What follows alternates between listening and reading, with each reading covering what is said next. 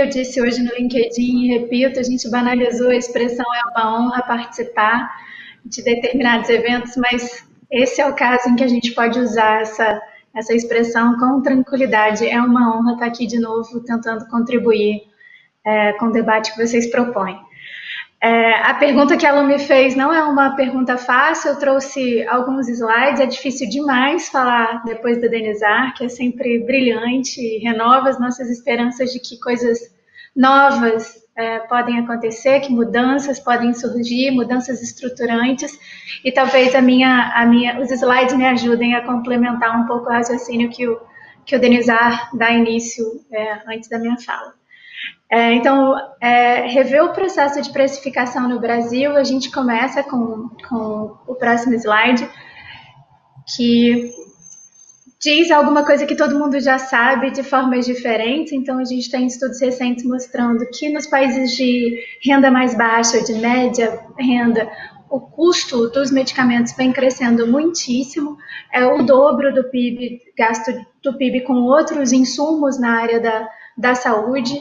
É um gasto importante, e no próximo slide a gente traz isso para a realidade do Brasil, mostrando também estudos do próximo, mostrando resultados de estudos também nacionais, que demonstram um gasto público e privado de 25% a até 66% do gasto com medicamento. Então, é um gasto que só perde para custo de alimentação em famílias de média e baixa renda, em países menos desenvolvidos ou em desenvolvimento, como é o caso do Brasil. Então, é uma questão importante, a gente sabe que é uma questão complexa, as novas tecnologias chegam com graus de complexidade muito maior, com refinamento de análises de farmacoeconomia, com aplicações, às vezes, muito direcionadas a determinadas áreas terapêuticas, com desfechos que são importantes, mas nem sempre são os desfechos necessários, nem sempre são os desfechos que de fato cumprem com algum papel na mudança do curso da doença, mas os custos, os preços, eles vêm altíssimos, né? Então, no próximo slide, eu trago um pouco da explicação, qual é a função, na verdade, de discutir preço de medicamento diante desses gastos. Primeiro, ter um uso mais racional do orçamento, sobretudo do orçamento público, mas a gente também pensa nesse gasto que os pacientes têm, tanto no setor privado como quando é obrigado a adquirir tecnologias pagando do próprio bolso, e garantir o acesso. Então, acho que resume a discussão de preço de medicamentos nessa frase, né? Mas é claro que essa é uma discussão muito delicada, como eu disse antes, é uma discussão sensível e a gente precisa tratar disso. Como eu disse recentemente, quando a gente discutia modelos de precificação para terapias gênicas e para outras terapias como CRISPR e etc., a gente precisa tratar disso de uma forma calma, de uma forma equilibrada, sem trazer os vieses ideológicos e a paixão do discurso para alguma coisa que hoje já não cabe mais, né? Demodê discutir preço, o preço é muito alto, é o maior, é o mais baixo. A gente precisa ter uma análise, acho que é um pouco mais equilibrada, porque há tecnologias que de fato vêm trazendo aquilo que a gente espera para os nossos pacientes, que é uma mudança importante no rumo do seu tratamento. Então, no próximo slide, eu trago algo que também vocês já conhecem. A gente sabe que a CMED é a responsável pela regulamentação desse mercado. Ela tem uma atividade, uma competência que extrapola a precificação, inclusive sua competência de revisar os preços, de atualizar os preços, muitas vezes tem um impacto tão grande, se não maior, que a sua competência de dizer quanto custa, qual é o preço base desse medicamento. Então, a gente já conversou sobre isso aqui, a CMED teve um papel importante, continua tendo nesse momento da epidemia, controlando o aumento de preços, tentando intervir para manter o mercado razoavelmente equilibrado nessa área. Mas é uma Câmara que surgiu há alguns anos, após uma CPI, e desde então ela vem reclamando por atualização, sobretudo no seu critério de fixação de preço. Mas no próximo slide eu paro um pouco de falar de CMED para abrir um parênteses de patentes, para que a gente discuta também, que a gente traga esse como um dos exemplos, e também trazendo uma questão atual, como há outros critérios e outros fenômenos que também impactam na precificação. Então, por mais que a gente avalie como se dá aqui o preço de medicamentos via CMED, é importante a gente avaliar, e aí eu tenho 2 gráficos que podem ser mostrados agora para vocês, que mostram, por exemplo, uma discussão muito recente, que ainda vem sendo decidida, sobre o prazo das patentes no Brasil. A gente tem, e no outro slide também, no outro gráfico também a gente pode mostrar, o quanto o Brasil tem uma média por usar alguns recursos legais, mas alguns recursos têm sido revistos, a gente tem uma média de patentes, de prazo de patentes, muito mais alta do que de outros países. E isso, então, qual é o impacto disso? É que a patente, como monopólio que garante um poder de negociação para o detentor da tecnologia, aquele que desenvolveu e que de fato investiu numa inovação na área da saúde, garante uma possibilidade de negociação que lhe concede privilégios, porque ele exclui qualquer outro concorrente naquela área por um determinado prazo. O nosso prazo da lei é de 20 anos, mas esse prazo vem sendo estendido, então nós temos patentes farmacêuticas no Brasil que chega a 34, 35 anos. Então, continuando no próximo slide, essa é uma discussão relevante, porque tem estudos no Brasil que mostram que os insumos que são mais caros, sobretudo na área da oncologia, para o SUS, são aqueles que têm uma proteção patentária. E esse preço vai decaindo conforme o prazo da patente vai decrescendo. Isso significa que a gente também precisa pensar em modelos de apropriação dessas tecnologias, porque conforme a patente vai expirar, é importante que o Brasil tenha a possibilidade de utilizar aquela tecnologia, de desenvolver, de aprimorar e de se apropriar dela. Então, esse estudo, ele não fala só, esse estudo é muito bacana, ele não fala só do impacto da patente no preço, não. Ele diz também que o Brasil precisa de políticas de desenvolvimento tecnológico interno para aproveitar, inclusive quando a patente não garante um monopólio completo. Próximo slide, por favor. E aí, esse assunto eu acho que fica quentíssimo desde ontem, quando os Estados Unidos entendem que todos os direitos de patente relacionados à vacina para a Covid ficam suspensos.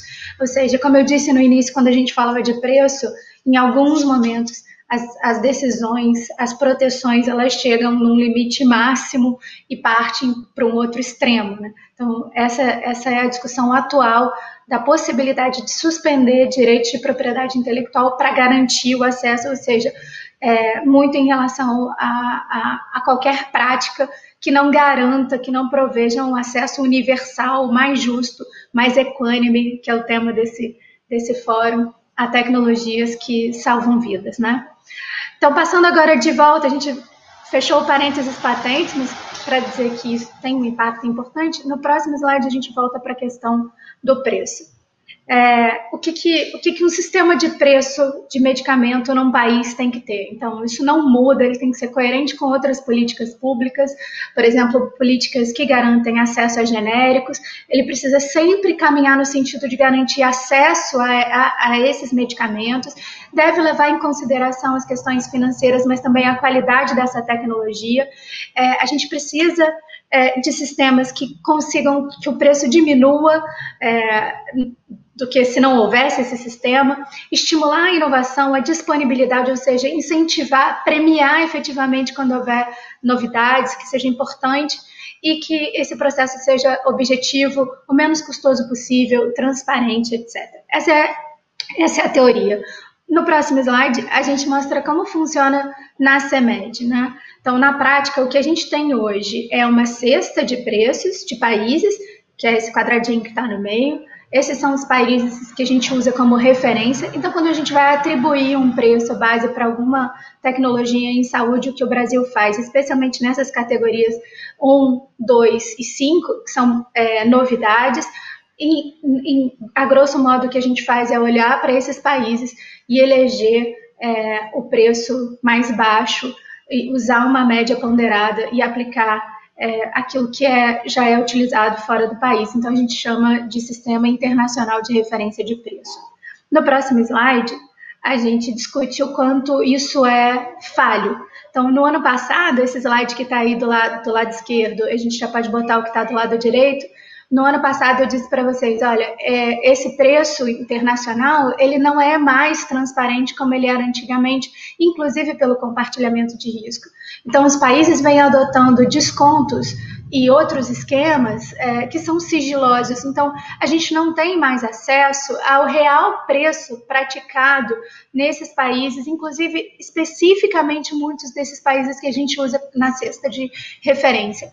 Essa escolha de preço internacional pode gerar atrasos e acessos, estratégias diferentes de entrada de tecnologias em país. Tem discrepâncias incríveis entre como um país precifica e como o nosso país precifica.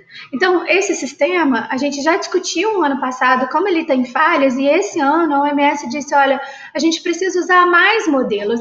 O preço de referência internacional, ele é utilizado por muitos países, inclusive na Europa, em países de média renda, mas ele precisa ser mitigado, ele precisa ser conjugado com outros instrumentos de precificação. A gente precisa de estrutura para avaliar isso, de gente capacitada, como o Denizar disse. Isso é uma necessidade que vem sendo atendida, mas demora, requer mais investimento. A gente precisa de acesso transparente a esses dados de preço e um processo mais consistente para avaliar o que é realizado lá fora. Então, no próximo slide, eu trago um outro modelo, um outro instrumento que é muito discutido. No próximo, por favor. No próximo slide, a gente fala sobre controle de preços. Então, pode passar? O controle de preços, ele nada mais é que o estabelecimento ou de um teto no lucro que a empresa recebe por entrar com esse novo produto no mercado, ou uma margem também de vantagem dentro de toda a cadeia de distribuição daquela nova tecnologia em saúde. Então, isso já tem muitas variações nesse controle de preços. O mais comum era o que já era praticado pela Inglaterra em acordo com a Associação da Indústria. Então, havia um acordo, ainda há um acordo entre o governo britânico e a Associação das Indústrias para estabelecer um máximo de lucro. E isso é muito vantajoso, especialmente para as doenças raras, mas é muito difícil também aferir quanto vale aquele processo de desenvolvimento tecnológico, quanto custou, quanto custa a distribuição, quais são os outros gastos de tributos, de logística, para então estabelecer uma margem de vantagem para aquele determinado produto. Então, nenhum desses instrumentos são fáceis de serem aplicados, mas esse tem uma indicação um pouco especial para as doenças raras, para os medicamentos órfãos. Por quê? Porque provavelmente qualquer razão de custo-efetividade que a gente utilize para medicamentos, para doenças raras ou ultra-raras, a razão de custo-efetividade não vai ser suficiente para alcançar e para pagar, para remunerar a inovação que é ali aplicada, sobretudo se a gente considerar que são tratamentos que são doenças que não são atendidas. Por outro lado, se a gente não tem um limite de preço, algum tipo de limitação, é muito possível que aquele que desenvolve terapias para as doenças raras consiga lucros e vantagens muito distantes das outras áreas da área da saúde. Então, essa pode ser uma alternativa para algum grupo de tratamentos que a gente pode discutir se a gente adota ou não. No próximo, salvo engano, a gente vai falar de pagamento por valor. E aí, eu falo sobre isso há muito tempo, mas num modelo diferente. Eu falo sobre isso dentro de um acordo, de um contrato negociado entre o Estado e a companhia e a indústria, mas o pagamento baseado em valor, ele surge, a ideia surge com muita força na Inglaterra de uma forma impositiva.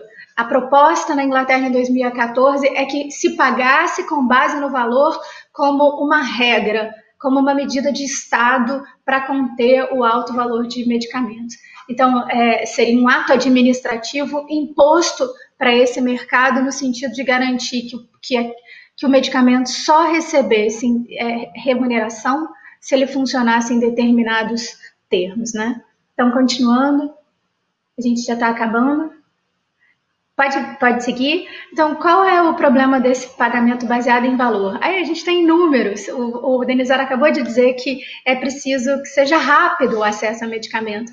E o compartilhamento de risco, ou o pagamento baseado em valor, ele surgiu com essa expectativa de que ele adiantasse o acesso a medicamento, porque enquanto a gente pode discutir quanto custa o medicamento de uma forma muito prolongada, a ideia era que através desses mecanismos a gente experimentasse, claro, medicamentos aprovados pela Anvisa, a gente usasse esse medicamento na prática para entender o quanto ele muda o percurso do paciente. Mas as negociações hoje demoram mais, tanto para compartilhamento de risco, quanto para os países que vêm adotando pagamento baseado em valor como medida de precificação, acaba demorando mais do que outros instrumentos de precificação.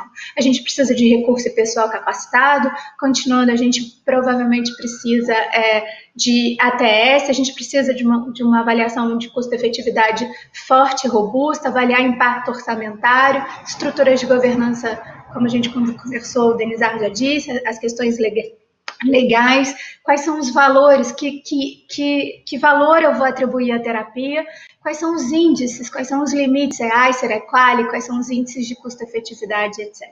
Próximo slide. E a gente sempre poder revisar esses esquemas. Então, esse é o meu último slide.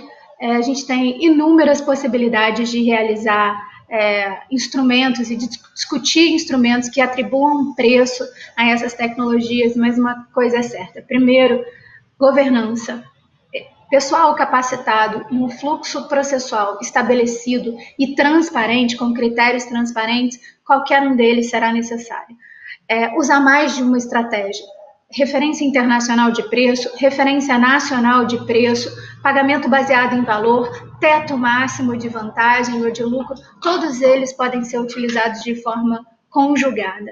Transparência máxima, talvez não seja um consenso, mas acho que é um consenso comigo mesmo, então, que a gente tenha acesso a esses dados, porque isso a pandemia escancarou, são dados importantes, são relevantes, rever as decisões tomadas e os critérios utilizados para aprimorar, gerar engajamento social, para a gente saber o que a gente quer pagar mais, né, o que a sociedade quer pagar mais no Brasil, e ter coerência com as outras políticas, incentivar a pesquisa, desenvolvimento e inovação interna, e relação, também como foi dito antes, entre preço, registro e incorporação. Quanto mais integradas essas três etapas, melhor é o sistema de saúde. Então, devolvo para vocês e fico à disposição para o debate.